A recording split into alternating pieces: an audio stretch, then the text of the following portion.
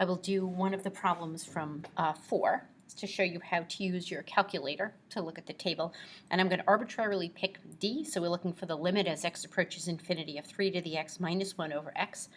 What I want to do is plug that into y sub 1. I need to put the numerator in parentheses, or else your calculator is going to do 3 to the x minus 1 over x, so divided by x.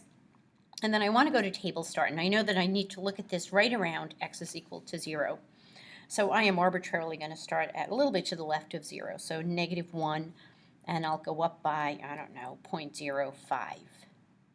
And then I'm going to press second table and look at what that looks like. So I'm creeping up from the left onto x is equal to 0. And there we go. So here's what I noticed, that the y value goes from 1.069 to 1.1293. So my limit is probably somewhere in between here. I'm going to try to get a little bit closer. So I'm going to go to second table set again. I'm going to make my table step a little bit smaller. So I'm starting, again, a little bit to the left of 0. And I'm going to make my table step, we'll try 0.01. Look at the table again. Sneak up close to 0, coming from the left. Okay, so now we're going from 1.09 to 1.10.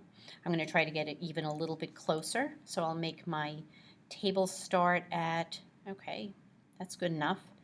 Let's try to make this even smaller, 0.05. So let's look at our table.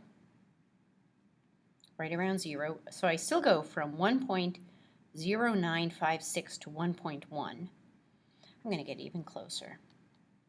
So I'm going to go, my table set, I'm going to make my step size smaller, 0.001. So I want to keep doing this. I want to get as close until there is some agreement on either side of 0. Oh, okay. 1.098, 1.099. I'm going to get a little bit closer. Make this 0.05.